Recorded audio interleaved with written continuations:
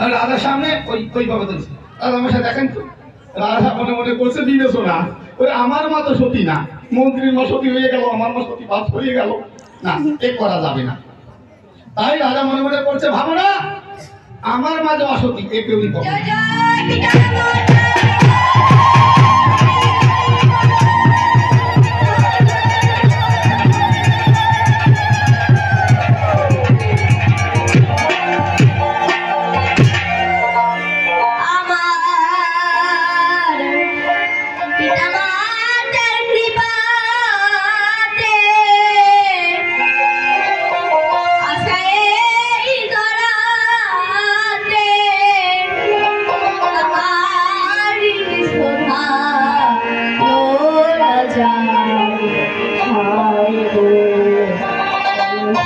পিতা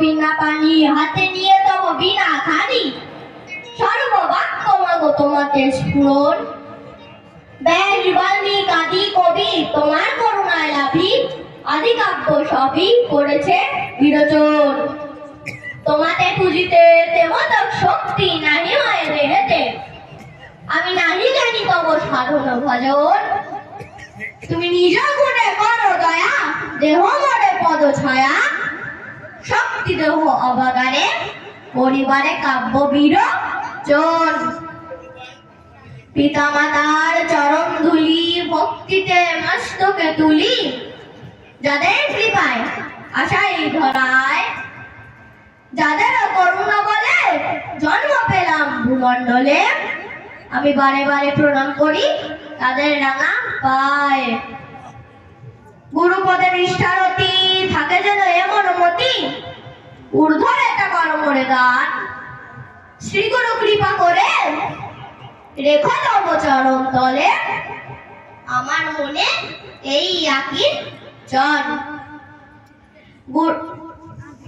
আজ কবিগান শোনবার তরে বসে আছেন সবার ভেতরে কাছে কিংবা আছেন দূরে সাকারে অথবা নিরাকারে প্রত্যেকে শ্রীপাদ পদ্মে প্রণতি জানাই শুনেছি সাধুর অধরে ভক্তের কৃপা হলে অসাধ্য সাধন হতে পারে তাই সহস্রে হরি রাঙা পায় বসে শোনেন সুধীজনা আজকের আলোচনা রাঙানাথ চক্রবর্তী ও গোসাই রসরাজের হবে কথোপকথন এখন শুভনন্তি বাদ দিয়ে রাধানাথ চক্রবর্তী হয়ে গোসার কাছে কিছু প্রশ্ন করব উত্থাপন নামটি আমার শুভ সরকার সে কথাটাও বলার দরকার লেখাপড়ায় ব্যস্ত সবসময় যদিও গাইতে এসেছি কবি গীতি আমার নয় সেবা ভক্তি আপনারা স্নেহাশিস দান করিবেন সুধী জয় মনের কথা খুলে কই আমি কিন্তু বেকনার শুভ সরকার নই কল্পনাতে রাধানাথ চক্রবর্তী নাম করিলাম ধারণ আমার বিপক্ষের কবি যিনি শ্যামল সরকার গুণবতী তিনি হবে কবি রসরাজ তারকর সুজন পিতা শ্রী নন্দ কুমার রেবুবের গ্রামবাস আমার মনের মানুষ খুঁজতে খুঁজতে গেলে মোরা কান্দি গুরুচাঁদ সুধায় মোরে মনের মানুষ যায় পুরে করো গিয়ে তারকের চরণ বন্দি গুরুচাঁদের আজ্ঞা মতে এসে তোমার সন্নিকটে দেখে তোমার আচার বিচার ওহে কবি রসরাজ তোমার কেন এহানো সাজ খুলে বলো সভ্য সবার ধার ও তারক গোসাই তোমার কাছে জানতে চাই তোমার পূর্ব পুরুষ ছিল কালী ভক্ত সঙ্গীতানন্দে ছিল আসক্ত সেই বংশের ছেলে তুমি তারক সুজন তুমি ছিলে বৈষ্ণব মুখে রাধা কৃষ্ণ জব এখন কেন বলো হরিচাঁদ হরিচাঁদ তোমায় নতুন কি দিল যা রামকৃষ্ণ গৌরাঙ্গ দিতে বাকি ছিল সেই তথ্যটা বলো ব্যাখ্যা করে ভক্তগণ সুরসিক জবাব যদি হয় সঠিক আনন্দ পাবে প্রাণ ভরে বাবা আমি প্রথমেই বলে রাখছি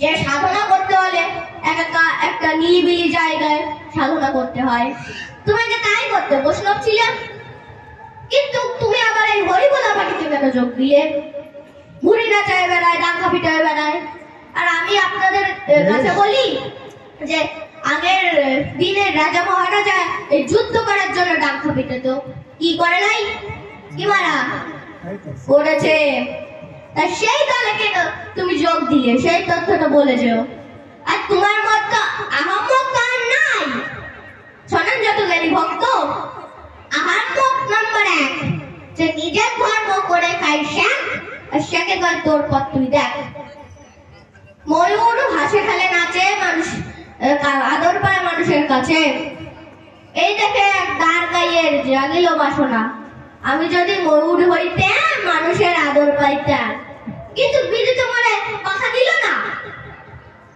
এখন ওই ময়ূর এখন ওই দাঁড় গায়ে ময়ূর সাজবাদ করে গিয়েছে এক পালমাসের ধারে ধারে গিয়ে বলছে, পালমাশাই তুমি আমার কথা নিবা, তুমি আমাকে কিছু ময়ূরের পালক তৈরি করে দিবা। এখন পালমাশাই সুন্দর মৃত্তিকা দিয়ে ময়ূরের পালক তৈরি করে দিয়েছে। এখন যে জায়গা দিয়ে গুজার দরকার সেই জায়গায় গুছিয়েছে। বলবো কেন, বললেই তো হবে দোষ, তাই না? এখন গুজি পরে ময়ূর তো ভালোই সাজিছে, গেছে ময়ূরের দলে গিয়ে পরে ওরাও আবার ঠিক পায় নাই। এখন ময়ূররা মেঘ হলে নৃত্য করে, নৃত্য করছে, এখন মেঘ হয়েছে। এখন ওই দাঁড় গায়ে ভাবতেছে কি আমিও তো ময়ূর, তা ওরা সবাই নৃত্য করছে, আমি কেন নৃত্য করবো না, আমিও করি। নাচের শোটে পাকা গেছে ফুলে। এখন ওই ময়ূরের দলের সেক্রেটারি দেখতে পাইছে কোন প্রাণী ঢুকলো আমাদের দলে। এখন তদন্ত করে বুঝতে পারে দাঁড় গাইয়ে।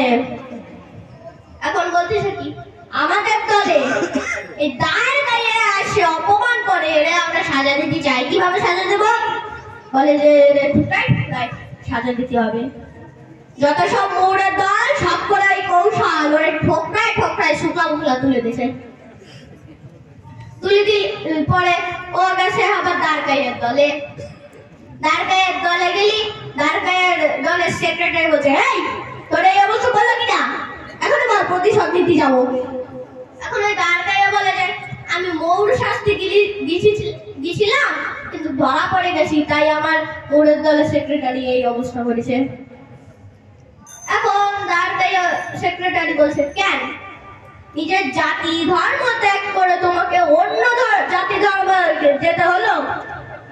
তুমি তো আমাদের স্বজাতির অপমান করেছো, তোমারও আমরা সাজা দিতে চাই ঠুকরাই ঠুকরাই। এখন এই দলে গেলিও ঠোকর খায়, ওই দলে গেলিও ঠোকর খায়, তোমার অবস্থা কিন্তু কোনোরকম ভাবে বুঝায়, তাই ভালো করে প্রশ্নের জবাব দিয়ে যেও। প্রথম প্রশ্ন গেল হয়ে কার্যনায় কথা কয়ে, দ্বিতীয় প্রশ্ন করে যাই ও তার অভ্যাসাই তোমার কাছে জানতে চাই, গৃহে থেকে কিভাবে সন্ন্যাসী হওয়া যায়। শোনেন যত জ্ঞানী ভক্ত, সন্ন্যাসী হওয়া খুবই শক্ত, নারী সঙ্গে থাকলে তো মোটেও হয় না। আমার গোড়া চাঁদের মুখের বাণী, কাঠের নারী দর্শন হয় যখনই, তখন আর তার সন্ন্যাস রয় না। এত ভাবে কঠিন কার্য সাধারণের পক্ষে দুরারাধ্য, তবে তোমার কথা উল্টো দেখতে পাই, তোমার হাতের লিখনিতে দেখিতে পাই হরিলীলামৃতের পাতে। সন্ন্যাসী হওয়া মোটেও কঠিন নয়, সেটা কি? করিবে গারস্থ ধর্ম লই নিজ নারী, গৃহে থেকে দেশি বান প্রস্থ ব্রহ্মচারী। গৃহে থেকে যদি সন্ন্যাসী হওয়া যায় তাহলে তার ওরা জঙ্গলে পড়ে যায়, ওরাও কেন গৃহী হয় না? বলো গোসাই বলো খুলে, কি করলে সন্ন্যাসী হওয়া চলে? সঠিক জবাব না পেয়ে ছাড়বো না। এখন গোসাই গৃহে থেকে কিভাবে সন্ন্যাসী হওয়া যায়? আপনারা জানেন সন্ন্যাসী হতে হলে সংসার করে ত্যাগ হতে হবে। এখন সংসার না ত্যাগ করে সন্ন্যাসী কোনোদিন হওয়া যায়? তা তুমি তো সেই উল্টো লিখিছ, উল্টো লিখি পরে কি জন্য লিখিছ সেটা বলে যে করিবে গারস্থ ধর্ম লই নিজ নারী, গৃহে থেকে নাসিবা প্রস্থ ব্রহ্মচারী। এই শব্দের মানেই তো এই, তাই না? গৃহে থেকেই তুমি সন্ন্যাসী হওয়া যাবে। ফাজলামির জায়গা পাও না, কোন জায়গা থেকে পেয়েছো তুমি এই কথাটা? সেই তথ্যটা একটু বলে যাও এই সভায়। কি বাবারা, এ প্রশ্ন গেল হয়ে কার্যনায় কথা কয়ে, তৃতীয় প্রশ্ন করে যাই, সনাতন ধর্মের ভিতরে সূক্ষ্ম কথাটা আসলো কি করে? বলো তুমি ধর্ম রাজ্য ভাই। সেটা কি?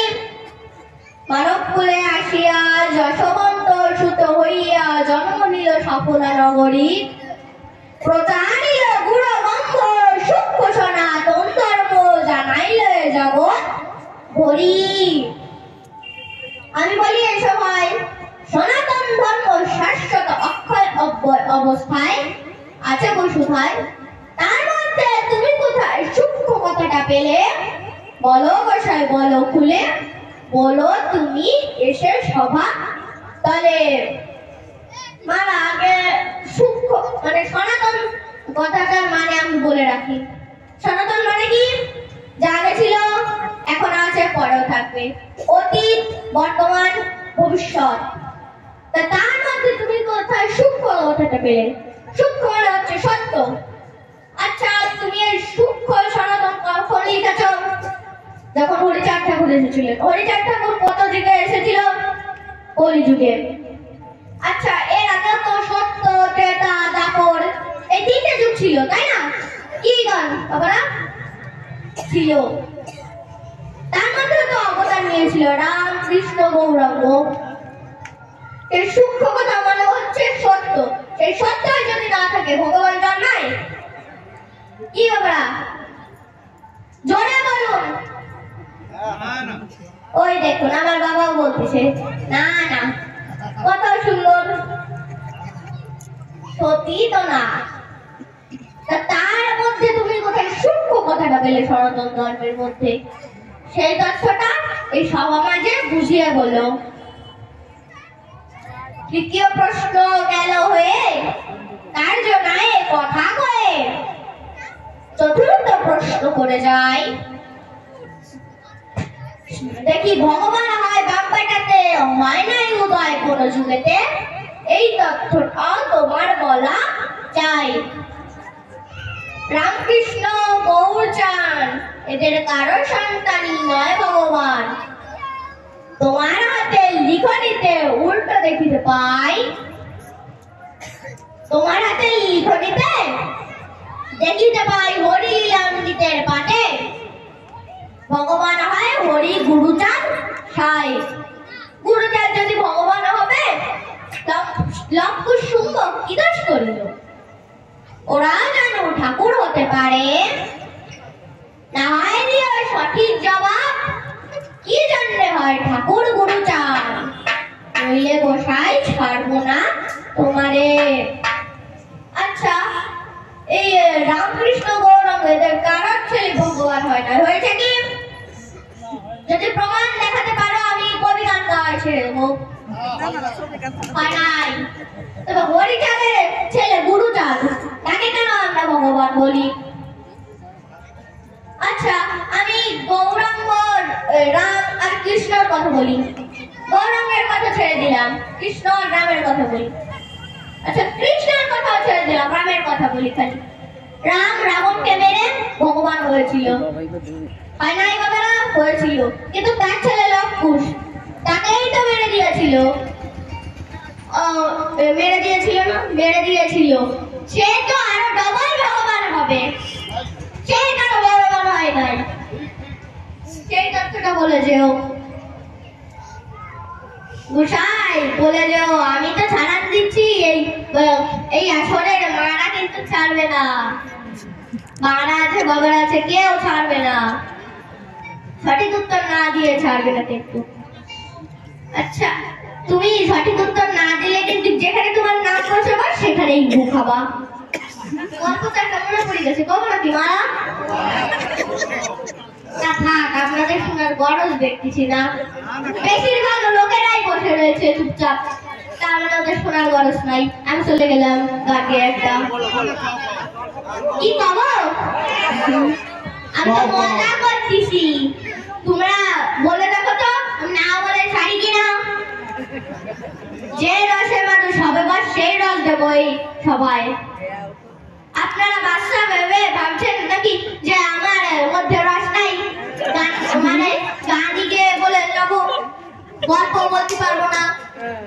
আপনারা ভুল ভাবছেন। বান্দর বুড়ো হোক কিংবা কচি, গাছে ওটা স্বভাবটা যায় না। গল্পটা বলেই যাই। চারজন বন্ধু গ্রামে থাকে, গ্রামের থেকে শহরে গিয়ে একটা দোকান খুলেছে, মানে বস্ত্রালয়, যেখানে কাপড় বিক্রি হয়। এখন বস্ত্রালয়ের নাম কি দেবে? এখন চারজনের নাম কি?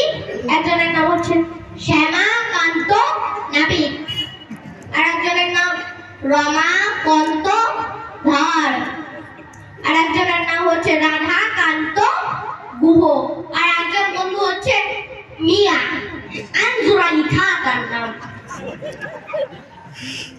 এখন ওই দোকানের নাম কি দেবে? চারজনের দোকান খুলছি, একজনের নাম দিলে রেখে যাবে না অন্য পরেশজন। এখন সবার টাইটেল দিয়ে নাম লিখে দিয়েছে, কিরকম?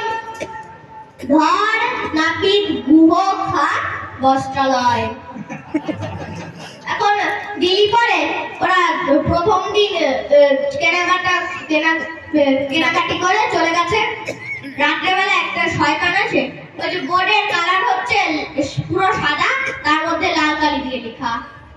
এখন ওই শয়তান আছে ওই সাদা রং নিয়ে বুয়োর হয় তুলে দিয়েছে। এখন কি নাম হয় আপনারা বিবেচনা করে দেখুন। বসে এখন হোলি পরে ওরা সকালবেলায় এসে দেখিছে ধর নাপিত গুখা বস্ত্রালয়। কত সুন্দর নাম না বাবা।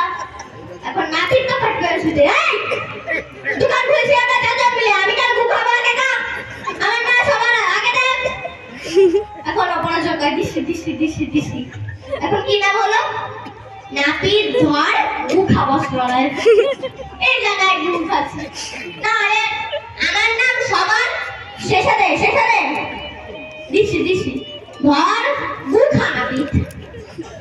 এইবার গুখায় কি করবো রে ভাই, কি করবো? জ্বালায় পড়েছি তো, যেখানে নিজের নাম দিছে সেখানেই গুখাই।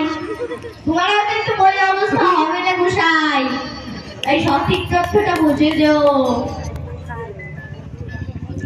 তাহলে এখন আমি একটা গান গেয়ে যাই। এত কথা কেন আমি বেশি বলে যাই, এবার আপনাদের একটা গান গেয়ে শোনাই।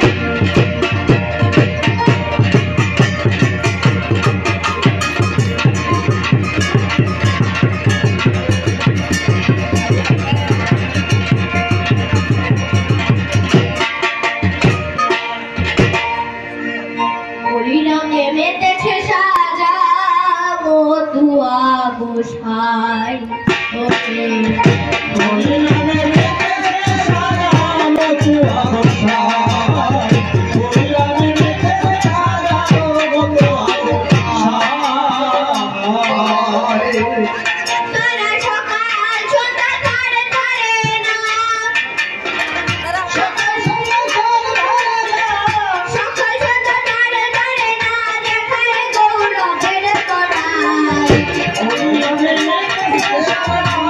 Oh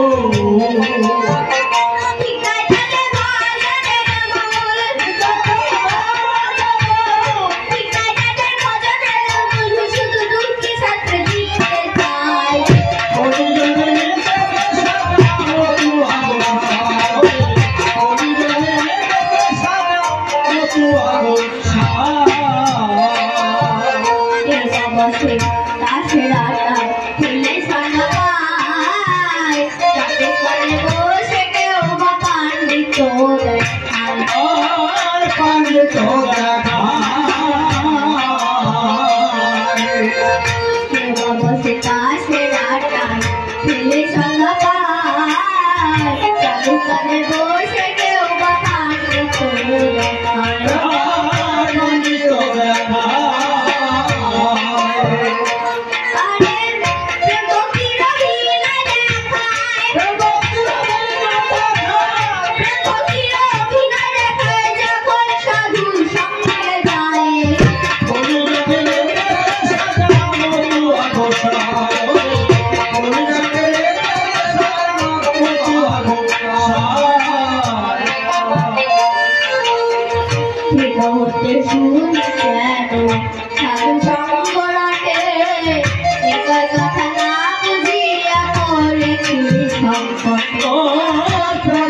সংকটে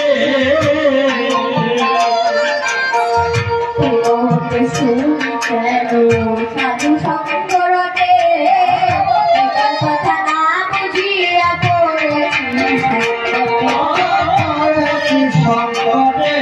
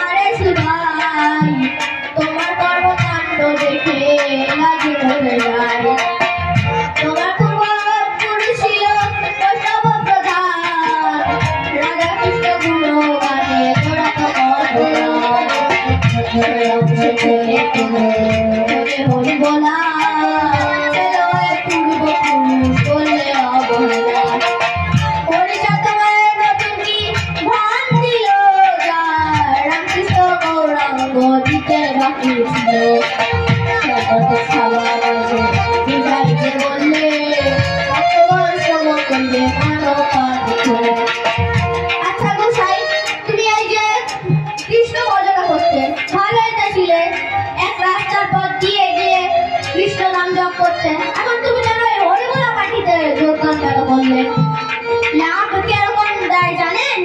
এক লাভ দিয়ে অন্য জনের ঘাড়ে চলে যায়, এরকম লাভ দেয়। এই পার্টিতে কেন তুমি যোগদান দিলে সেটা একটু আমাকে বুঝিয়ে দিল। এটা তো যেটা লেখা দেখতে পাই দর্শনে সরকার সহায়, তবে তোমার হাতে লিখা দিতে উঠে দেখতে পাই নিয়ে করে সন্ন্যাসী হয়। সন্ন্যাসী হতে হলে সংসার করে দেয়, নারী নিয়ে সন্ন্যাসী গোটায় গরিবে গারস্থ ধর্ম নিজে নারী বিয়ে থেকে আশীর্বাদ বস্তু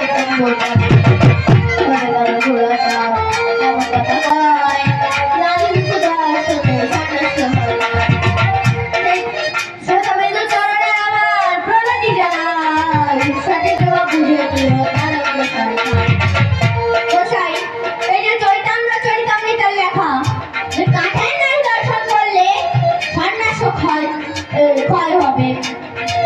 তুমি আবার মাথুর পরিবারে লিখে গেলে কেন যে নিজ নারী নিয়ে নলে সন্ন্যাস হয়? তুমি কি তার থেকেও বড়? সেই তথ্যটা আমার কাছে বুঝিয়ে বলো এই সময়। সনাতন ধর্মের মধ্যে সুখমতা পেলে সেটা যেন ভালোবেসে সভ্য সনাতন। সনাতন ধর্মের মধ্যে সুখ কি হয় সেটা যেন ভালোবেসে সভ্য সনাতন। কোনো আছে থাকি যে তাই তো সনাতন বলে বলি তো গোসাই, এই যে সনাতন ধর্মের মধ্যে সূক্ষ্ম কোথায় পেলে? সূক্ষ্ম কথাটা মানে হচ্ছে সত্য, আর সনাতন মানে হচ্ছে যা আগে ছিল এখনো আছে পরেও থাকিবে। তা সনাতনের ধর্মের মধ্যে সূক্ষ্ম কি হয়? তা সূক্ষ্ম যদি না থাকে তাহলে রামকৃষ্ণ গৌরাঙ্গ কিভাবে জন্মালো এই সবাই? সেই তথ্য বলে যে ওই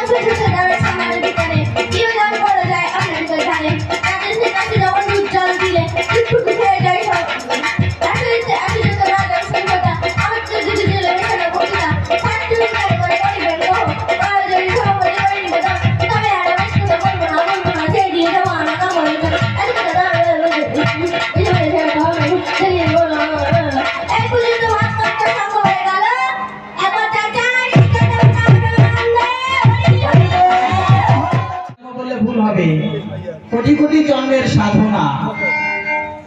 কারণ এই হতভাগার যে ভাগ্য, এমন ভাগ্য আর কারো মেলে না আমার মনে হয়। কারণ আজ আমার জীবনের তিনজন মহামানবের সামনে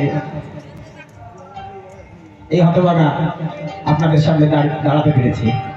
প্রথম হচ্ছে, আমি ছোটবেলায় যার থেকে হরিসঙ্গীত গান শিখেছিলাম, শ্রদ্ধেয় সুজিত কুমার মন্ডল, ওনার ডাক নাম হরিগোপাল মন্ডল, তিনি আমার সঙ্গে আছে। হতভাগা অনেক জন্মের ভাগ্য ছিল, তাই তাঁর চরণে আমার সশ্রদ্ধা প্রণাম জানাই। তারপরে আমার যে কবি গুরু, আমার শ্রদ্ধেয় কাকা পশুপতি, আজ কৃপা করে উনিও আমার সঙ্গে আছে, এই তো আমার সাথে বসে আছে। আমার কাকার চরণে আমার শত শত প্রণাম রইল। তারপরে এই কবিকে আরো উৎসাহ, আরো সহযোগিতা করার জন্য আমি যাকে বহুদিন ধরে ইউটিউবের মাধ্যমে দেখেছি, কিন্তু আমার একটা ভাইয়ের মাধ্যমে যে হরিসঙ্গীত গানে আমার কাকার সঙ্গে দেখেছে, তার সঙ্গে ফোনে কথা হয়ে সেই বাবুকেও আমি পেয়েছি। তিনি হচ্ছে আমার শ্রদ্ধেয় বাবা তাপস বাবু। ওনার আলোচনা ইউটিউবে দেখবেন, সার্চ করবেন হরিভক্তি টিভি চ্যানেল, যে কোনো সময় দেখতে পাবেন। তিনিও আমার এই যে আমার পাশে আছে বসে, আমার বাবা তাপস, উনি আমার পরে আলোচনা রাখবেন। তো আলোচনা কেমন হবে, কোনটা হচ্ছে দাদু নাতি, আমি পড়ে গেছি একা। এখন আপনারা যদি আমাকে কৃপা করেন হয়তো কিছু হতে পারে, কিন্তু আমি ভাগবত, চৈতন্য চরিতামৃত, গীতা, রামায়ণ, মহাভারত এদের মধ্যে দেখা যায় সুন্দরভাবে রাম এসে জগতে সুন্দর সুন্দর কর্ম করিল। কৃষ্ণ যখন এলো, কৃষ্ণ অনেক কর্ম করিল, কিন্তু ওনার কথা আবার দেখতে পাই যে রামকৃষ্ণ এরা আদৌ ছিলই না। এটা আবার কেমন কথা ভাই? ওনাকে বলে যাই, উনি এরপরে এসে তো ওই কথাটা বলে। তারপরে আপনারা কেউ যাবেন না, কারণ আমি প্রথমবারে সংক্ষেপে বলে গেলাম কিনা, যাতে ও আমার জবাবে অভাব ধরতে পারে। তারপরে আবার ও সে প্রশ্ন করবে, আপনি বাবা তোমার কাছে বলে আমি চাই, তোমার ইউটিউবের মধ্যে দেখি বারে পাই রামকৃষ্ণ গৌরাঙ্গের কোনো অস্তিত্ব নাই। কেমন কথা বলে সেটা বলে গেল ভাই, কেমন করে বললে তুমি রামকৃষ্ণ নাই, তাহলে এই গ্রন্থগুলো কি কারণে হয়? রামায়ণ করিলে অধ্যয়ন, রামকৃষ্ণ গৌরাঙ্গ আছে যে স্বয়ং, তবে কেন তোমার কথায় এমন পাই? সঠিক কথা বলে যেও শব্দ সবাই লাগে, তবে আরে বেশি কথা বলবো না, বলবো না, বেশি আলোচনা বেশি বলতে যাবো বেশি, বেশি বললে সময় তো চলে যাবে। আপনারা ছোটাগণে বসে বসে শোনে, বেশি রাতে হলে আবার শীতে ধরে, শীতে গেলে পরে লেপে গেলে যায়, আসলে তো বসে বলে ঠান্ডা হয় গা। তবে আর বেশি কথা বলবো না, ছেড়ে দিয়ে যাবো আমার কাকু আলোচনা। এরপরে তাপস বাবু আমার প্রশ্নের কথা তুলিয়া বলিবে যে না প্রশ্ন আমি করে গেলাম আপনারা শুনে শুনে শুনে শুনে এরপরে তখন বাবু আসাদে আসিবে তাহার মনের কথা বলিয়া বলিবে আসলেতে আছে যত মাতৃ জাতি সব আর চরণে শোনাতে জানায় এদিকে আছে যত পিতৃবৃন্দগণ ছিঁড়ে ধরি বলি আমি সবার চরণ এই পর্যন্ত ভাবকান্তের সঙ্গ হয়ে গেল একবার হরিচয়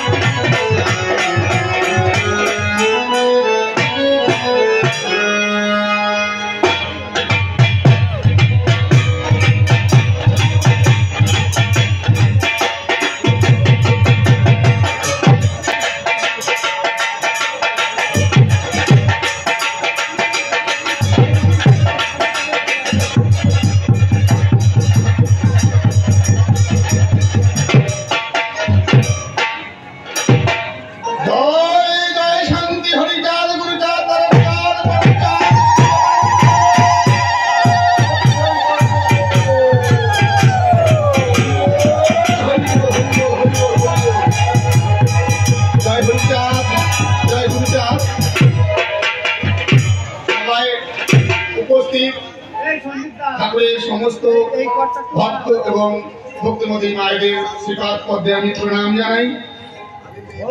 আমি প্রণাম জানাই কমিটির সমস্ত দর্শকদের পদে এবং সমস্ত কর্মকর্তা শ্রীপাদ পদে আমি প্রণাম জানাই। আজ এই কবির আসরে আমি তাপস বিশ্বাস এই প্রথম কোন কবির আসরে দাঁড়িয়ে কোনো কথা বলতে চলেছি।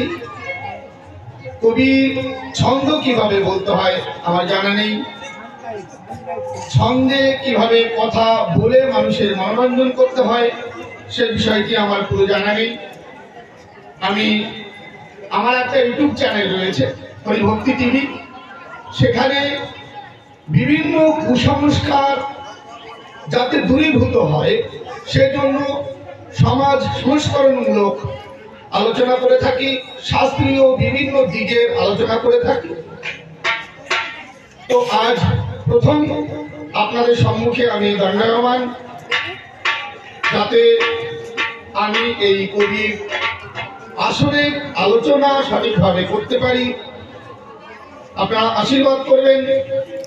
বহু ভক্তের অনুরোধের কারণে আমি ইউটিউব চ্যানেল থেকে বেরিয়ে একটা ভাব কবির দল তৈরি করে সেখানে কবি গান আমার দ্বারাই হবে না, তবে কবির মতো খানিকটা ভাব রেখে ভাব কবি গেয়ে একদম গ্রাউন্ড ফ্লোর থেকে আমি চাইছি আমাদের জাতির মানুষের কুসংস্কার কিভাবে দূরীভূত হয় সেজন্য একদম রেশনাল আলোচনায় আসবে। সেই আলোচনা করতে গেলে একটু মানুষের যদি মনোরঞ্জন না হয় তাহলে নির্ঘাত খালি আলোচনা অনেকেই শুনতে চায় না। বাবা কিসের কিচকিচ আওয়াজ হচ্ছে কিসের? এই জন্য এই সবাই আমি দাঁড়িয়েছি, ভুল ত্রুটি আপনারা আমায় ক্ষমা করবেন। প্রথমত আমাদের মানুষের জানার প্রয়োজন এই যে শাস্ত্রগুলো আমরা দেখতে পাচ্ছি, এই শাস্ত্র রচনা হয়েছে কবে? বাবা আমার যে প্রশ্ন করে গেল রাম এবং কৃষ্ণের অস্তিত্ব নাই, এটি হরিভক্তি টিভিতে দেখতে পেরেছে। সে কথার জবাব দেবার পরে আমি দাঁড়িয়েছি এই আসনের ভিতরে। যাই হোক, আলোচনায় প্রবেশ করি। ভুল ত্রুটি পুনরায় মার্জনা চেয়ে আপনারা একটু শ্রবণ করবেন। আমি যে আলোচনাগুলো করি একান্ত ভাবে শোনার প্রয়োজন, বিশেষ করে যারা শিক্ষিত ছেলে মেয়ে তাদের জন্য তো একদম অবশ্যই আলোচনা শোনার প্রয়োজন আছে। আর যারা একটু অল্প শিক্ষিত বা মনে হচ্ছে যে শিক্ষা সেভাবে পায়নি, আমাদের মানুষ অভাবের জন্য বিভিন্ন কারণে শিক্ষা নিতে পারেনি, তাদেরও কথাটা শোনার প্রয়োজন আছে। কারণ সে না জানুক, অন্তত তার ছেলে মেয়ে নাতিপুতি এদেরকে জানাবার প্রয়োজন আছে। কতদিন আর আমরা আমাদের মাথায় কাঁঠাল বয়ে নিয়ে কোষ আরেকজনকে খাওয়াবো? তাই বাহ্য কথা ছেড়ে দিয়ে আমি চলে আসবো সরাসরি আলোচনায়। তাই বাহ্য আলোচনা করে সেই বন্ধনাতে করি প্রবেশ, প্রণাম জানাই জন্মদাতা মাতা পিতার পায়, যাদের কৃপা বলে এসেছি এই ধরাতলে, যেন তাদের পদে মতি হয়। উপদেষ্টা গুরুজিনী বাণী পাগল গুণমণি, প্রণাম জানাই তার রাঙা পায়, সে আমারে কৃপা করে আনিল এই মতুয়া বাজারে, অর্ঘ দিল বাবা হরি গুরু চাঁদের পায়। দাঁড়াই সভা বাজারে ডাকি বাবা গুরু চাঁদের, কোথায় তুমি পতিত পাবন, এসে আমার ইদমা ঝাড়ে বাক্য পা ধরে, সর্ববাক্য তোমাতে স্ফুরণ। বাবা তুমি আমার বিদ্যা দাতা, তুমি আমার জ্ঞানদাতা, তুমি আমার করুণা সাগর, তোমার করুণার গুণে মহামূর্খ পণ্ডিত বাণে ব্যক্ত আছে জগৎ মাঝার। আমি অতি মূরমতি, নাহি জানি প্রেম ভক্তি, নাহি জানি সাধন ভজন, নিজ গুণে কর দয়া, দেহ মরে ফল ছায়া, শক্তি দেহ পরিবারে বাক্য বিরোচন। বন্দনার শেষ ভাগে সীতারোগ মহাভাগে করজোরে পরিণতি জানাই, অভিগানের শিরোমণি তারক ভাগবত চূড়ামণি, তাহার মতো আর কেউ নাই। তারক চাঁদকে প্রণাম সেরে ফিরে আসি এ আসরে, ভক্তগণে যত দূরে দেখিবারে পাই, সাকারে কি নিরাকারে যে যেখানে আছেন দূরে, সবাকার চরণে আমি প্রণতি জানাই। আজ এই আসনের ভিতরে আমায় একটা প্রশ্ন করে, প্রশ্নটা নাকি রাম এবং কৃষ্ণের নাকি অস্তিত্ব নাই। শ্যামল বাবা আলোচনা দেখতে পারে ওই হরিভক্তি টিভির ভিতরে, সেখানে রাম এবং কৃষ্ণের অস্তিত্ব নাই এই সম্পর্কে আলোচনা রয়েছে। প্রশ্ন তো দিয়েছে আমায় একটা, কিন্তু এই একটা প্রশ্ন না, প্রশ্নের ঢক শুনে কিন্তু আমার একটা গল্প মনে পড়ে। প্রথমেই গল্প না দিলে পরে বুঝতে পারবেন না এই গল্পের মজাটা কি। আপনাদের সকলের আছে জানা, পীতম্বর বারোই নামে এক জালিয়ে আছে। সে জালিয়ে মাত্র 1.5 রাতের মানুষ। তার একদিনকে শখ হয়েছে, সে খাপলা জাল খেলবে একটা 12 হাতের জাল। 1.5 রাতের এক মানুষ 12 হাতের খাপলা জাল খেলবে। যখনই ঘোষণা করেছে যে পীতম্বর আজ 12 হাতে জাল খেল দেবে, গ্রামের মানুষ তো ভেঙে চলে এসে দেখতি পুকুরের পাড়ে, পীতম্বর 12 হাতে খাপলা জাল খেল দেবে, এ কি করে পারে? এই পীতম্বরের খাপলা জাল খেল দেখবার পরে এসেছে গ্রামের মানুষ ভেঙে চলে ওই পুকুরের পাড়ে। পুকুরের মধ্যে পীতম্বর একটা মাঝি এবং একটা নৌকা রেখে দিয়েছে। তাই লোক দাঁড়িয়ে আছে, পীতম্বর আর আসে না, কি ব্যাপারে পীতম্বর আসবে কখন? এর মতো সময় দেখতে পারে দূরের দিয়ে রাস্তা দিয়ে এক গোছা জাল কেমন যেন গড়িয়ে আসতেছে। সবাই মনে মনে করে ভাবো না, জাল কি করে আসে, কেউ তো দেখি না। যেই একটু কাছাকাছি আসে সেই দেখতে পারে জাল গোছা পীতম্বর ওই মাথার পরে নিয়ে ঘুরঘুর হয়ে হাঁটে আসতেছে। এখন ওই জাল আমাদের মাথার পরে নিয়েছে, খানিকটা ঝুলে পড়ে, একদিন বাইরে পড়ে, এরকম করতে করতে সে পীতম্বর বিরাট ঢাকিয়ে গেছে, খালি পায়ের ঘোষা দুটো দেখা যাচ্ছে। এরকম করে জাল সে বয়ে নিয়ে আসে পুকুর পাড়ে, এসে সঙ্গে সঙ্গে ডাকে তার মাঝিরে, এই মাঝি নৌকো নিয়ে আসি পুলিশ। মাঝি কুলে নৌকো নিয়ে আসে। আসার পরে পীতম্বর সেই নৌকায় উঠে গিয়ে মাছ পুকুরের কাছে চলে গেছে, মাছ পুকুরে। পাড়ের যে লোক দাঁড়িয়ে আছে তারা দেখে বলে পীতম্বরের কাছে, এই পীতম্বরী তুই কেউ তুমি তা মরতে যাস কেন? তারা এটা পীতম্বরী কেউ, এ যা তা না। তো পীতম্বর ওই পুকুরের মাঝখানে গিয়ে জাল পোষা করে আস্তে আস্তে দিছে ছাড়িয়ে। সবাই আবার ডাকে কয়, এই পীতম্বর তুই তো ফেউ দিবি, তো জাল ছাড়িয়ে দিবি। এটা বোঝো না, এটা পীতম্বর কেউ যত তলাবে তত মেলাবে। তো বাবা প্রশ্ন কারো সেইরকম ডক হইছে, যত যাবে তত মেলাবে। তাই মনে মনে করি ভাবো না, বেশি সময় নেব না, সংক্ষেপে যা একটু দিয়ে যাব তাতেই আশা করি পোষায় যাবে। আমাদের যে প্রশ্ন করেছে যে রাম এবং কৃষ্ণের অস্তিত্ব নাই, তা কি হতে পারে? রাম কৃষ্ণ আমরা সারা জন্ম ধরে শুনে এসছি, রাম ভগবান, কৃষ্ণ ভগবান, তার অস্তিত্ব নাই। এই যদি আমি কই তাহলে আমার মানুষ ছাড়বে, বিদায় সোজা করে দেবে না। তো বাবা আগে আমাদের বলা দরকার রাম এবং কৃষ্ণ কোথায় আছে। আপনাদের চরণ ধরে করি মানা, আমারে কিন্তু কেউ ভুল বুঝবেন না, আমি কিন্তু আমার কথা কইনি বাবা। ওই যে বর্ণবাদী যারা শাস্ত্র গ্রন্থ লিখেছে, তারা তাদের শাস্ত্রে কি লিখে রেখেছে, কিভাবে আমাদের শোষণ শাসন করে খেতে পারে, তার আজকে একটু মুখোশ যাও খুলে। প্রথমে আগে বলতে হয় ভগবান কোথায় রয়। ভগবান থাকে এই হৃদয়াসনে, ভগবান থাকে আমাদের হৃদয়ে। বাইরের জগতে তার কোন অস্তিত্ব পাওয়া যায় না। যদি দেখা যায় তত্ত্বের ঘরে ঘেরে পড়ে রাম কৃষ্ণ গৌরাঙ্গ হরিচাঁদের নিদর্শন মেলে, বাইরের জগতে রাম এবং কৃষ্ণের নিদর্শন পাওয়া যায় না। গৌরাঙ্গ মহাপ্রভু ছিলেন, ইতিহাস তার পরিচয়, তার বাড়িঘর এখনো রয়। হরিচাঁদ ঠাকুর ছিলেন, ইতিহাস পরিচয় এবং তার বংশগুলো এখনো রয়েছে, ধরা পড়ে। এ আপনাদের জানা আছে, এ আর আমার বলা লাগবে না। তাহলে ঐতিহাসিক পুরুষ আমার গৌরাঙ্গ মহাপ্রভু এবং হরিচাঁদ ঠাকুর, এদেরকে পাওয়া যায়, কিন্তু ঐতিহাসিক পুরুষ রাম এবং কৃষ্ণ নয়। এদের কোনো অস্তিত্ব ভারত সরকার এখনো পর্যন্ত দাখিল করতে পারেনি, উন্নত যুগের কথা। আর সেই 12টা দিয়ে যাব আপনাদের কাছে ছোট্ট ছোট্ট। তার আগে বলতে হয় তাহলে রাম কোথায় আছে, কৃষ্ণ কোথায় আছে। এই যে ভাবের ঘরের ভগবান, তত্ত্বের ঘরের ভগবান, আল্লাহ, কৃষ্ণ, গড, যিশু, রাম, গৌরাঙ্গ, হরিচাঁদ সকলেই কিন্তু একই, আলাদা কিছু নয়। যে যে ভক্ত যে যে নামে তারে ডাকে, সে সেই নামে তার কাছে প্রকটিত হয়, আলাদাভাবে কিছু নয়। বাইরের জগতের কর্ম দেখে তাকে কে কতটা গুরুত্ব দেবে, কে কতটা মানবে, সেই বিষয়টি আমাদের দেখা দরকার। আজকে যদি আমরা একটু প্রথমেই আমাদের অশ্বিনীকতার কথার দিকে একটু যাই, সেখানে আমরা দেখতে পাই অশ্বিনীকতা হরিসংকীর্তনের মধ্যে লিখেছেন, দেহ লঙ্কার সংখ্যা বুঝাও দয়াময়। কোন লঙ্কার কথা বললেন তিনি? তিনি কি শ্রীলঙ্কার কথা বললেন নাকি শ্রীলঙ্কার সংখ্যা বুঝাও দয়াময়? তিনি কি বললেন? লঙ্কা কোথায় দেখালেন? লঙ্কা বাইরে দেখালেন নাকি বাবা? তিনি দেখালেন কোথায়? ভিতরে। বললেন আমার এই দেহরূপ লঙ্কা, এই লঙ্কার সংখ্যা বুঝাও দয়াময়, দুর্মতি রূপ বসানন, বাঁচি না তার যন্ত্রণায়। এই যে আমার ভিতরে যে দুর্মতি, এই দুর্মতি হচ্ছে দশানন, এই দুর্মতি হচ্ছে রাবণ। এই রাবণকে বধ করতে হবে। হে প্রভু তুমি এসো।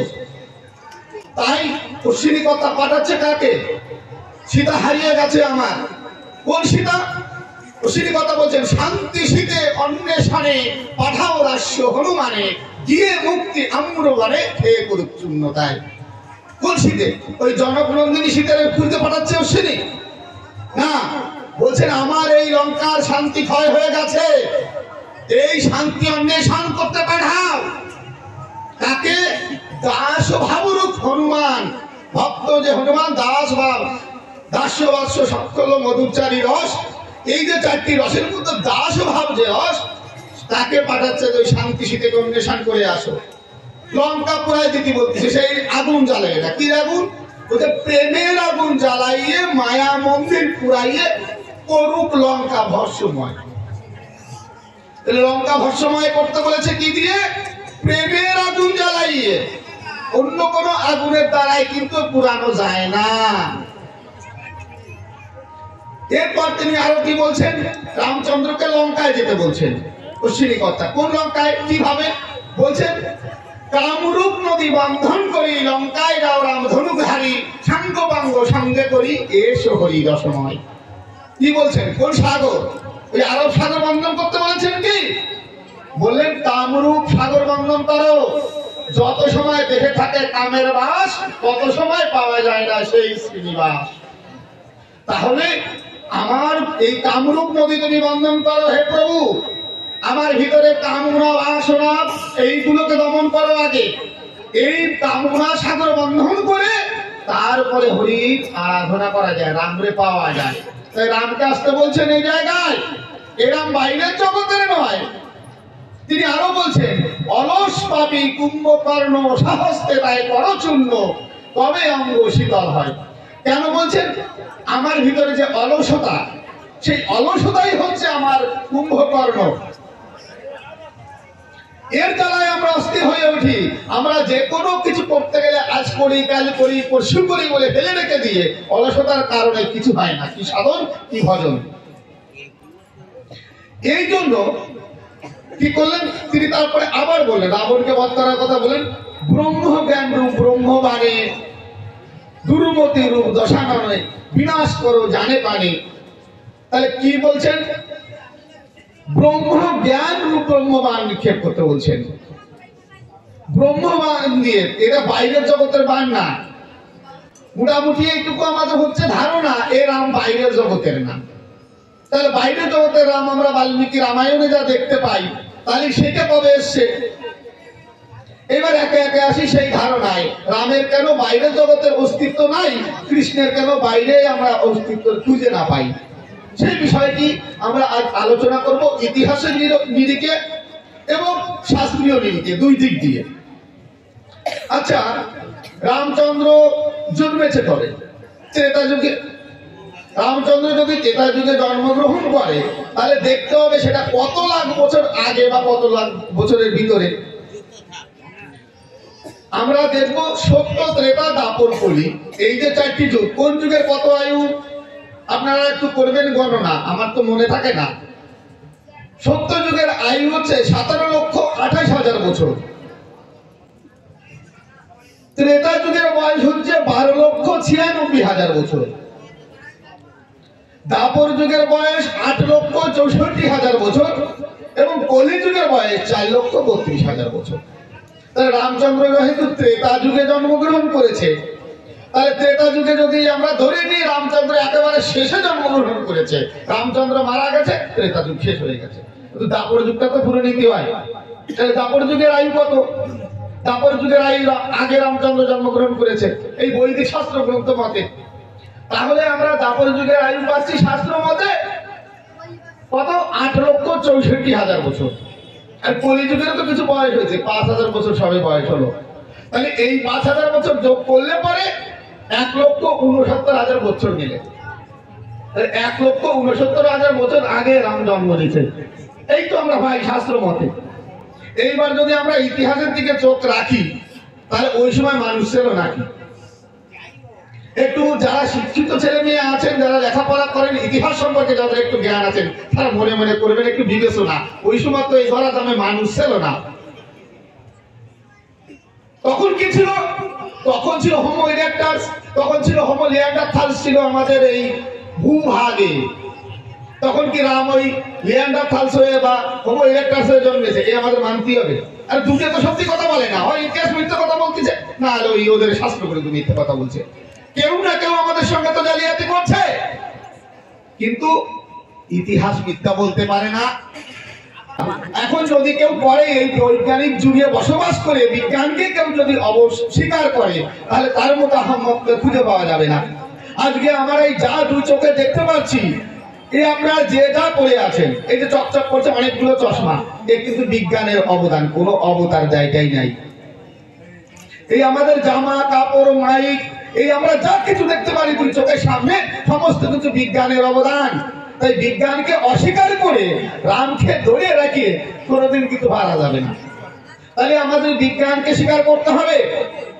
বিজ্ঞান বলছে, ইতিহাস বলছে যে রাম যে সময় জন্মগ্রহণ করার কথা বলা হয়, সেই সময় ভূভাগে মানুষ ছিল না। তাহলে রামচন্দ্র তো থাকতে পারে না। এক। দ্বিতীয়, আপনাদের সকলের আছে জানা, আর্য আর অনার্য এই জাতি দুইখানা ভারতবর্ষে। আর্য জাতি যারা, তারা হচ্ছে ব্রাহ্মণ, ক্ষত্রিয় এবং বৈশ্য, এই যে তিন জাতির মানুষ যারা আর্য জাতি, তারা শূদ্র এবং অস্পৃশ্য জাতি যারা ভারতীয় মূল নিবাসী, তারা এই ভারতীয় মূল নিবাসীদের তাজ বানিয়ে রেখে আর্যরা নিজেরা হয়েছে উচ্চ বর্ণের। এইবার আমরা ইতিহাসের দিকে যদি দেখতে যাই, সেখানে আমরা দেখতে পাই আর্যরা কিন্তু বাইরের থেকে এসে আজ থেকে ৩৫০০ বছর আগে। ইতিহাসের পাতায় লেখা রয়, সেখানে দেখা যায় যে আর্যরা আমাদের ভারতে এসে খ্রিস্টপূর্ব ১৫০০ বছর আগে। তাহলে খ্রিস্টপূর্ব ১৫০০ বছর যদি আগে আর্যরা আমাদের দেশে আসে, মানে আজ থেকে ৩৫০০ বছর আগে। তাহলে আর্যরা এলো আমাদের দেশে ৩৫০০ বছর আগে, আর তাদের ঘরে সন্তান জন্ম নেয় ৮,৬৪,০০০ বছর আগে। এ কি মানা যায়? এটা কোন যুক্তির বলে মানা যায়? তো এখানে তো কোন জায়গায় তো মানা যায় না যে রামচন্দ্র এসছে আরো আগে, কারণ কি রামচন্দ্র হচ্ছে ক্ষত্রিয়র ঘরের সন্তান। এই আর্যরা এসছে, তারা আমাদের দেশে এসছে মাত্র ৩৫০০ বছর আগে, আর তাদের রামচন্দ্র জন্ম হবে আমাদের দেশে ৮,৬৪,০০০ বছর আগে। এ কি মানা যায়? এরপরে আরো দুটি একটা আমি উদাহরণ দিই, এদের যে গ্রন্থ কেমন, মানে কিভাবে আমাকে ঠকাইছে। আচ্ছা, এদের যে গ্রন্থ লেখা এত সংস্কৃত ভাষায়। এখন এই সংস্কৃত ভাষা, এই ভাষা তৈরি হয়েছে কবে? একটুখানি যদি ইতিহাস খুলে দেখলে পারে এই সমস্ত তথ্য আপনারা দেখতে পাবেন। এই সংস্কৃত ভাষা তৈরি হয়েছেই আজ থেকে ২৫০০ বছর আগে। আর্যরা যখন আমাদের দেশে আসে, ওদের মুখের ভাষা ছিল প্রাক আর্য ভাষা। ইরাক এবং ইরান থেকে আমাদের দেশে তারা এসেছে। আসার পর তারা কিন্তু আমাদের দেশের যে সমস্ত আমাদের দেশের যে সমস্ত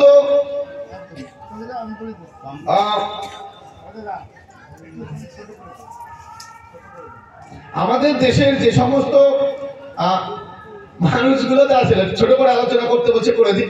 তো সংস্কৃত আলোচনা করতে গেলে সব একটা প্রেক্ষাপট আর একটা সময় সাপেক্ষ। তো আমাদের বাবা বলে যে প্রেক্ষাপটের দরকার নেই, উনি জানেন।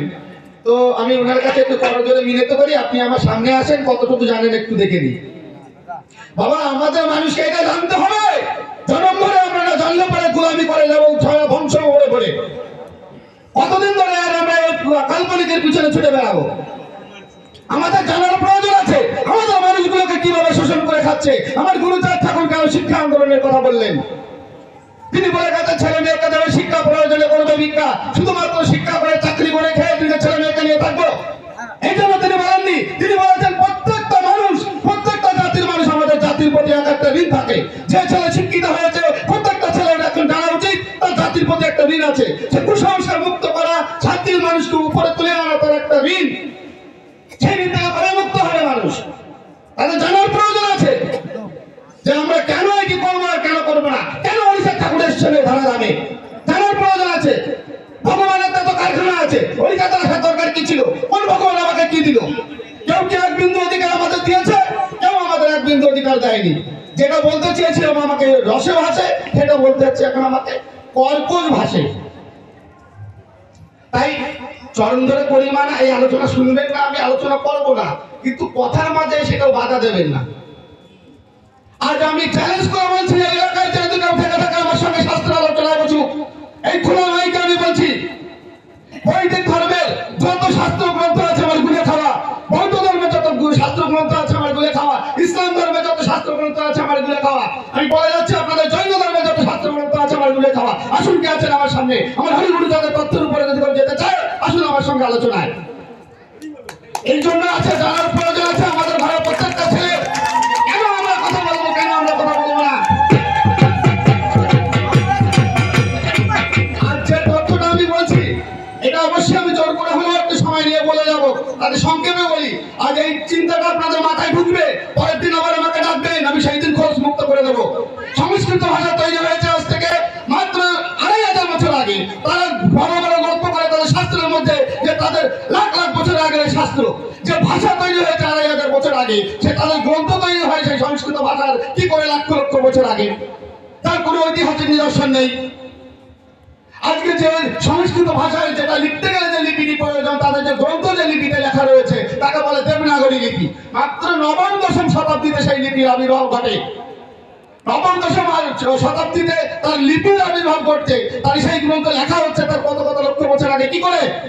মাত্র 1000 বছর আগে গ্রন্থ লিখে আমাদের এই আধ্যাত্ম দুনিয়ার ভগবানকে বাইরে বের করে ধর্ম ব্যবসা করে খাচ্ছে না। আমাদের জানার প্রয়োজন, কতদিন আমরা এই ধর্ম ব্যবসায়ীদের ব্যবসার মধ্যে মুখ রাখবো?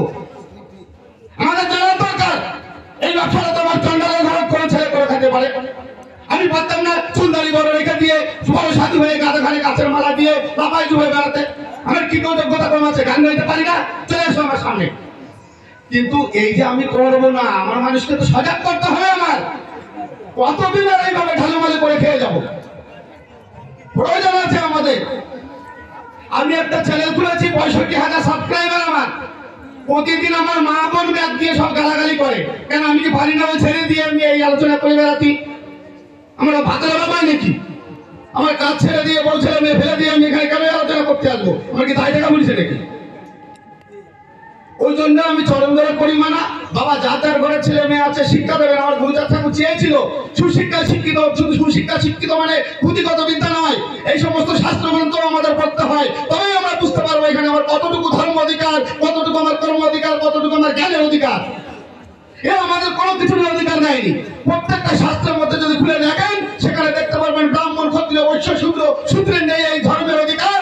আমরা তো চন্ডাল পতি ভাবৃষ্য জাতি, আমরা তো এদের ধারে কাছেও যেতে পারি না। আজকে এই বেদের মধ্যে যদি আমরা দেখি এই বৈদিক ধর্মের শাস্ত্র গ্রন্থ দিতেন, বেদের মধ্যে পরিষ্কার রয়েছে যে সেখানে নিরাকার ব্রহ্মের উপর রাখতে হবে উপাসনা। এই ব্রাহ্মণটা তো সেই বেদ মানে। ওই আপনারা দেখুন, তারপর চিন্তা করে কেউ যে ব্রাহ্মণরা বেদ মানছে কিনা। বেদের মধ্যে লেখা রয়েছে যে মন্দির নির্মাণ করে তার মধ্যে দেবতা করে দিয়ে পুজো করো। তারা পায়ে পায়ে ঘুরায় ঘুরায় ধারে ধারে গিয়ে মন্দির করে দিয়ে এসছে। মন্দির করে দিয়ে সেখানে টাকা দিয়ে আমাদেরই পয়সা লুটে খাচ্ছে। তবে থেকে এই পুজো দেওয়া শুরু হয়েছে। মনে জাগে না একবার? বেদে বলছে নিরাকার ব্রহ্মের উপাসনা, তারা বেদ ছেড়ে দিয়ে তাই কোন কারণে এত দেবতা করে নিয়ে এসছে? ইচ্ছা জাগে না একবার জানতে যে কি এমন কারণ ঘটেছে, কেন এত দেবতা সৃষ্টি হয়েছে? অবতারবাদ সৃষ্টি হয়েছে যে পুরাণের মধ্যে। এই পুরাণের মধ্যে অবতার সৃষ্টি করেছে। আমার ভিতরে ভগবান, এই আল্লাহর ভিতরে ভগবান, যিশুর ভিতরে যে ভগবান, প্রত্যেকের ভিতরে মানুষের ভিতরে আধ্যাত্ম দুনিয়ায় এক ঈশ্বর থাকে। সেই ঈশ্বরটাকে কি করলেন? কল্পনার দ্বারায় পুরাণের মধ্যে সৃষ্টি করে তার নামে, ওই ভগবানের নামে লুচ্ছামি লিখে রেখে দিয়েছে এই বর্ণবাদী ব্রাহ্মণ সমাজ।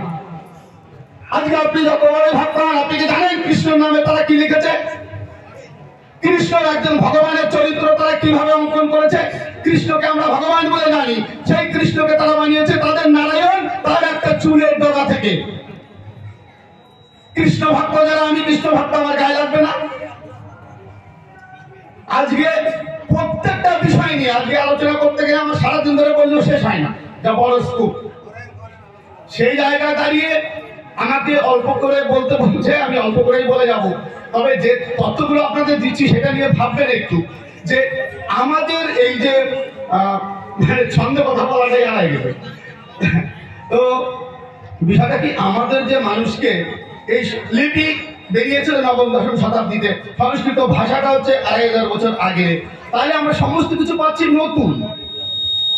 এই যে নতুন একটা মতবাদ এরা সৃষ্টি করলো কেন? এই প্রশ্নগুলো আমাদের জানতে হবে, আমাদের ভিতরে আনতে হবে যে ভাই কেন, কি করেছে। এই কারণটা যখন অন্বেষণ করতে যাব তখনই আমার গুরুচাঁদের আদর্শ পূর্ণ হবে। তখনই আমরা বুঝতে পারবো যে কি এমন ঘটনা ঘটেছিল যার কারণে আজ এত কিছু তৈরি করা হলো। এটা তো ঠিক যে আমাদের এই চন্ডাল জাতের মানুষ যারা, নমশূদ্র যারা, এমনকি এই পোদ মানুষ যাদের বলা হয়, এরাও 350 বছর আগে নিজেদের এই চন্ডালের জাতির থেকে আলাদা হয়ে গিয়ে নিজেদের পোদ বলে প্রমাণ দিচ্ছে। আজকে এরা নিজেদের ক্ষত্রিয় বলে দাবি করে। প্রজাতি সম্পর্কে দুটো কথা না বললে নয়, কারণ সেও তো আমার ভাই। কারণ এরা কি করেছে, ব্রাহ্মণ্যবাদের পাল্লায় পড়ে শক্তি সঙ্গম তন্ত্রের ভিতরে আছে না এই প্রজাতি একদম স্বয়ং রামের বংশধর। এই পশ্চিমবঙ্গের যত গ্রন্থরা আছে খুঁজে দেখবেন, কোথাও এই শক্তি সঙ্গম তন্ত্র পাবেন না। আমি তারপরে বিশ্বাস আমার কাছে যাবেন, আমি বারাণসী থেকে মূল শক্তি সঙ্গম তন্ত্র নিয়ে এসে সেখানে সন্ধান করে দেখেছি, না নমশূদ্র জাতি তত্ত্ব আছে, না সেখানে এই বৌদ্ধের জাতি তত্ত্ব আছে।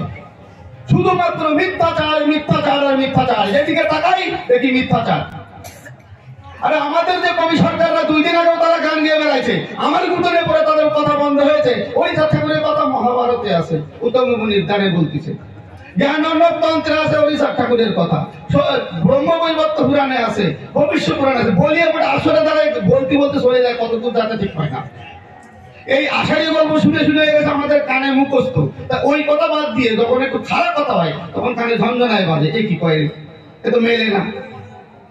আজকে শক্তি সংগ্রাম, আজকে জ্ঞানর্ণব তন্ত্র, এই আমি আমাদের কবিয়ালদের গান শুনে আমি তো পাগল হয়ে গেলাম। আমার খুঁজ দিতে হবে, সমস্ত বই পড়া হলো, তাহলে জ্ঞানর্ণব তন্ত্র পাইনি। 30 টাকার বই 6 মাস ঘুরে 500 টাকাতে কিনে নিয়ে এসে পড়ে দেখলাম, তাতেও কিন্তু হরিচাঁদের কথা নাই। ওরা থাকতে পারে না, চন্ডালের ছলটা, চন্ডালের ছলের কথা ওদের বলতে থাকবে, সম্ভব না। কারণ এদের সব জিনিসই তো কাল্পনিক, অরিজিনালের সঙ্গে কাল্পনিক কোনোদিন যায় নাকি? এই জন্য মনে করি ধারণা আমার কথাই কেউ ব্যাপার হবে না, এই কথা কিন্তু আমার না, এই যা আছে শাস্ত্রে, আমি সেই কথা আপনাদের সামনে তুলে ধরতে চাইলাম। যাই হোক, আমি দেখুন আমাদের কেমন ভাবে বলা যায় না, ছোট্ট একটুখানি গল্প দিয়ে আর একটা কথা বলে আমি নামবো। গল্পটা কেমন, একদিন এক নাপিত তার জাতির ব্যবসা করে খায়, দেখছে এতে তো সংসার চালানো দায়, কি করা যায়? মনে মনে ভাবছে যে আর এই নাপিতের কাজ করবো না, কাপড় বেশি খাবো, আর অভাব থাকবে না। কাপড় বেচবাদ করে তিনি মাথায় পুটলা বাঁধিয়ে নিয়ে হেঁটে হেঁটে চলেছেন। তো এক অবন্তী রাজ্যের ভিতর দিয়ে যাচ্ছেন, সেখানে রাজার রাজপ্রাসাদের বারান্দায় রাজা আর রানী বসে আছেন। এর মতো সময় নাপিত বলতে বলতে যাচ্ছে, কাপড় চোপড় নেবে, কাপড় চোপড়। রানী মনে মনে ভাবছে, তাই কাপড় তো পরেছি, সোপর তো কোনোদিন পরি নাই। রাজা মশাই ডাকে বলছে, শোনো রাজা, আমার মনে আছে বাবু, আজকে একখান সোপর নেব, কাপড়ে কাজ হবে না, কাপড় তো মেলা পরিছি। রাজাও তো মনে মনে ভাবছে, তাই তাই তো রানী তো কোনোদিন সোপর কিনে দিই নাই, এই কয়টা কিনে আসো, দিয়ে আসো যাও। এখন কাপড় আলাদা ডেকে নিয়ে এসছে, কাপড় আলাদায় ডেকে নিয়ে আসার পর বলছে, এই আমাকে একটা সোপর দেখাও। এখন সেই কাপড় আলা নাপিত মনে মনে ভাবছে, তাই সোপরের কথা আমি কিছু জানি না, আমি কিছু দেখিও নাই। বলছে, রাজা মশাই আমাকে তো সোপর নাই। বলে, কেন? তুই তো বললি কাপড় সোপর নেবে। বলে, মশাই ওইটা কথার কথা, যেমন বলে না বাস টাপ খাবার টাবা নাকি, সেইরকম বলেছি আমি কাপড় সোপর। ওসব শুনতে চাইনি, আমার সোপর দিয়ে যাবি, রানী কাপড় চাইছে। এখন ও দেখছি তো সারা বাড়ি বলদ রাজা, এর তো সংক্ষেপে এইভাবে সালি কাজ হবে না, এর একটা গাই দিয়ে যাই। আপনাদের আছে জানা, এই সকল লোকে বলে, আমি কিন্তু বলি না, নাপিত বলে ষোলো শূন্য সুবুদ্ধি। তার একটা কিন্তু এই জায়গায় কাটাই দিয়ে যাচ্ছে, মনে মনে ভাবছে তাই এই রাজারে কিন্তু টাকাই দিয়ে দেয়। রাজা মশাই সোপর তো আজকে নেই, শেষ হয়ে গেছে, আনতে মেলা দাম, আপনি কি নেবেন? কত টাকা দাম? আমি রাজা, আমি নেবো না মানে খালি নেবেন নাকি? বলছে, রাজা মশাই এটা নিতে গেলেই 10 লাখ টাকা দাম পড়ে। প্রথম শুনে রাজা একটু ঢোক দিয়ে দিচ্ছে, 10 লাখ? বলছে, না রাজা মশাই মনে মনে করেছি, দাঁড়ান আপনি তো রাজা, খারাপ জিনিস তো দেওয়া যায় না, এখন ভালো তা আছে বাড়ি সেই গাড়ি দেবেন। বলছে, কয়দিন লাগবে? বলে, রাজা মশাই একটু নকশা টকশা করতে তো কয়দিন সময় লাগবে, দিন 10 লাগবে। রাজা ভাই, না রাজ্যে কাজ করবি 7 দিনের মধ্যে সোফর এনে দিবি। এই কিনা আসিস, ওরে অর্ধেক টাকা দিয়ে দে, 5 লাখ টাকা দিয়ে দে, আর সোফর এনে দিবি 5 লাখ টাকা দেবে। এখন ওই কাপড় আলা তো করেছে কি, 5 লাখ টাকা নিয়ে বাড়ির ভবি বলছে, এই 7 দিন আর আমার আয়ু আছে, এই টাকা নিয়ে যাই ব্যাংকের ফিক্সড করে রাখি তো, তোকে দেয়, তোকে আর অভাব হবে না আমি না থাকি। এখন নাপিত তো মনে মনে ভাবছে, তাই আমার স্বামী 7 দিন পরম আয়ু আছে, আর আয়ু নাই, কেন কি হয়েছে? বলে, আরে রাজার দ্বারে গেছি, এখন উনি রানী তো ধরিস, আমার সফর দিতে হবে, আমি তো তাই করি এই 5 লাখ টাকা নিয়ে আইছি নিয়ে সফর দেবো কি রে, তো আমার মরণ আসবে না। ওরে জ্বালা রে, এরে ঠক যদি সময় লাগে নাকি, আমি শিখিয়ে দিচ্ছি, তুমি বাজারে যাও, ঠক দেখে একটা বেশ রং করা বাক্স কিনে নিয়ে আসো, আর একটা তালা কিনে নিয়ে আসো।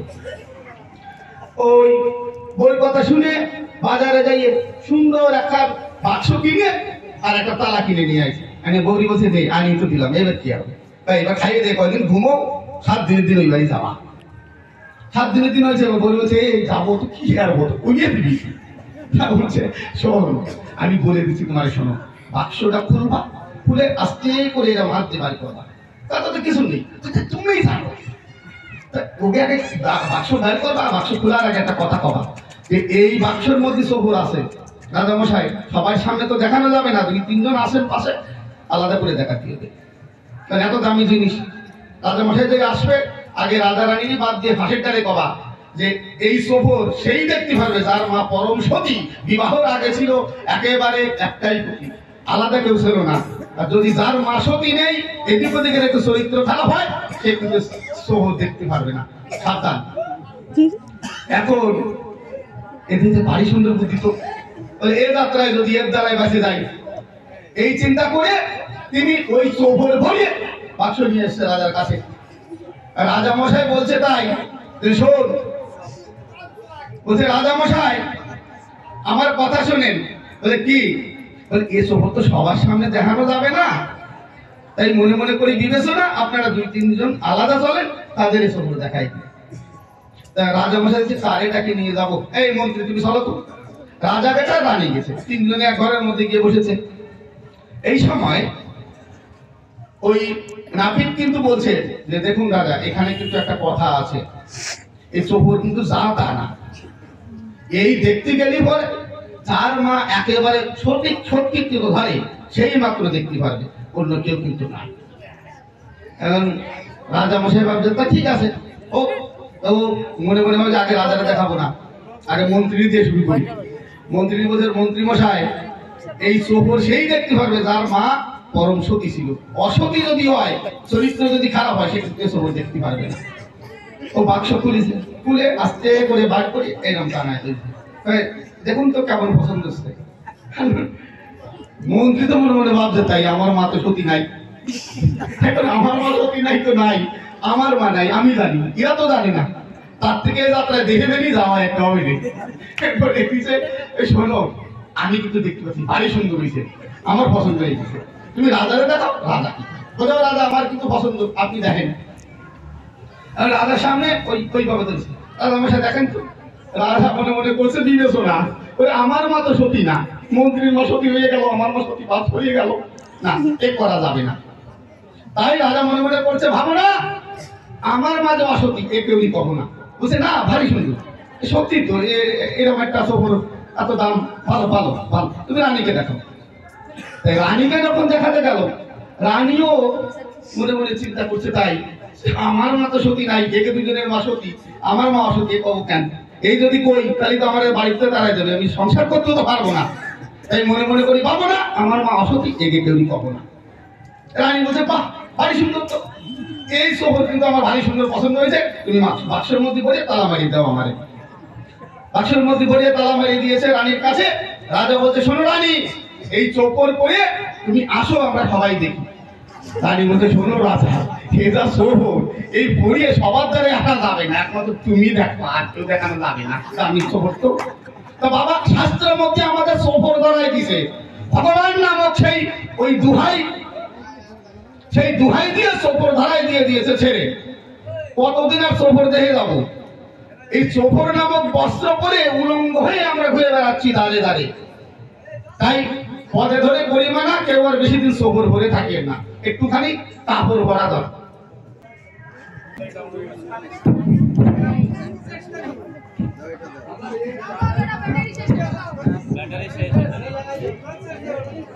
হ্যালো, মাইক্রোফোনেও বলছে যে তোমার আলোচনার দরকার নেই, বসে বড় ভাই ঠিক ঠিক একবার 3-3বার ডিস্টার্ব হয়। যাই হোক, প্রথমত আজ শুরুয়াত হলো। আমি আশা করব পরবর্তীকালে অনুষ্ঠানে যারা যুক্তিবাদী আলোচনা করতে চান, যারা মনে করেন সমাজের বুকের কুসংস্কার দূরীভূত করতে হবে, যারা মনে করেন আমাদের ব্রাহ্মণ্যবাদ পতন ঘটাতে হবে, যারা মনে করেন গুরুচাঁদের আদর্শ আমাদের তুলে ধরতে হবে, যারা মনে করেন হরি গুরুচাঁদের আদর্শ আমাদের প্রতিষ্ঠা করতে হবে, যদি মনে হয় আমাকে ডাকার প্রয়োজন, আমাকে ডাকবেন, আমাদের সমালোচনার সঙ্গে যোগাযোগ করবেন, আমাকে অবশ্যই পেয়ে যাবেন। তো যে বিষয়টা একটা ধারণা আমি আপনাদের বলে গেলাম, যেটা তাহলে রাম জন্মাচ্ছে, ইতিহাস থেকে আমরা তার নিদর্শন পাচ্ছি না। আমরা রাম জন্মাচ্ছে, আমরা তাদের যে ধর্মগ্রন্থ তার থেকে নিদর্শন পাচ্ছি না। রামের যে তাদের যে শাস্ত্র গ্রন্থ যে লেখা হয়েছে যে লিপি দিয়ে, তার মধ্যে 1000 বছর আগের পুরনো, তার আগে কোনো অস্তিত্ব নাই। এমনকি কোনো গ্রন্থ আজও পর্যন্ত ভারতবর্ষে পাওয়া যায় নাই যা 540 বছর আগের পুরনো ঋগ্বেদ এই ধর্মের সব থেকে পুরনো। সেই ঋগ্বেদে পাওয়া রয়েছে পুনে গ্রন্থাগার, যেখানে সংরক্ষণ ভান্ডার, সেখানে রাখা রয়েছে। মাত্র 30টা পাতা পাওয়া গিয়েছিল ঋগ্বেদে ছেঁড়া অবস্থায়। কার্বন টেস্টিং করে দেখা গেছে 1464 সালে প্রাপ্ত সেই ঋগ্বেদের পাতাগুলো। তাহলে আজ থেকে 560-65 বছর আগের পুরনো। তার আগে কোনো পুরনো অস্তিত্ব নাই এই বৈদিক ধর্মের কোন শাস্ত্র গ্রন্থে। যা আমরা দেখি সমস্তই নব নব অভিনব। তাই এর দ্বারাই কিভাবে ভগবানের মরকে মুড়িয়ে রামকে কৃষ্ণকে বারবার পদে পদে অপমান করেছে এরা, যদি সেটিও জানতে হয় আমার চ্যানেলকে আপনারা সাবস্ক্রাইব করবেন, দেখবেন, সেখানে দেখতে পারবেন কিভাবে আমি এখন তো মুখে বলছি, এখন তো আমি শাস্ত্র টানাটা না দেখাতে পারছি না, কিন্তু আমার চ্যানেলে আমি আলোচনা করি, একদিকে যেমন কথা বলি আর একদিকে আমি শাস্ত্র দেখাতে থাকি। কোন কোন শাস্ত্রে কোন কোন রেফারেন্স কোথায় রয়েছে, কিভাবে এরা লুচ্ছামি করেছে, কিভাবে আমাদের মানুষের মাথায় কাঁঠাল রেখে খাচ্ছে, বিস্তারিত আমি তুলে ধরি সেখানে। আমাদের মানুষের জানার প্রয়োজন আছে। তাই আমি এখানে আপনাদের কাছে করজোরে প্রার্থনা জানাই যে আপনারা পড়ুন, জানুন, শুনুন, বুঝুন, এটা জানার প্রয়োজন আছে আমাদের। আমার গুরুচাঁদ ঠাকুর পর্যন্ত বলেছেন যে এই সমস্ত ভগবান আমাদের না। তাই ছোট্ট একটা আমার গুরুচাঁদ ঠাকুরের বাণী দিয়ে আলোচনা আমি শেষ করবো। গুরুচাঁদ ঠাকুর বলছেন, দেবতা মন্দির গণপতি ঘরে ঘরে নিত্য পুজো করছে তা সরল অন্তরে। এইখানে আমি বলি এক সমাচার, দেবতা মন্দিরে পুজো করিবে কাহার। নির্ভরে এই রীতি আছে পরস্পর, যে যারে উদ্ধার করে সেই তার ঈশ্বর। ক্ষত্রিয়গণে রামচন্দ্র উদ্ধার করেছিল, ক্ষত্রিয়রা এ কারণে রামকে ঈশ্বর মানিল। যিশু এসে জন্ম নিল খ্রিস্টানের ঘরে, যত খ্রিস্টান তারা তার পুজো করে। এই রূপ খ্রিস্ট, কৃষ্ণ অথবা মোহাম্মদ বিভিন্ন জাতির তারা পরম সম্পদ। তোমাদের এই কুলে হরি অবতার, দয়া করে নমসূত্রে করিল উদ্ধার। তার পুজো করো সবে, তার ভক্ত হও, নিজ ঘরে ভগবান ফেলে কোথা যাও। তো আজ এখানে এই পর্যন্ত আমার আলোচনার ইতি টানছি। এবার আসরে আসবে শুভ সরকার। শুভ সরকার এসে প্রশ্ন করবে এবং রসাভাসে আপনাদের সামনে দুটি প্রশ্ন তুলে ধরবে। তাই শুভ সরকারকে আমি আসরে ডেকে নিয়ে আমার আলোচনা আমি সমাপ্তি টানছি। যদি কেউ আমার আচরণে আলোচনায় ব্যথা পান আমায় ক্ষমা করবেন, কারণ এই কথাগুলো আমার নয়, শাস্ত্র এবং ইতিহাসের কথা আমি তুলে ধরলাম। আমি এখনো শুরু করিনি কথা, আমি কথা শুরু করলে জানি না কত দূর দৌড়াবে দল। তবে খুব শীঘ্রই আমি আমার ভাবতমির একটা আলাদা দল গঠন করে খুব তাড়াতাড়ি আমি আসরের ভিতরে প্রবেশ করতে চলেছি।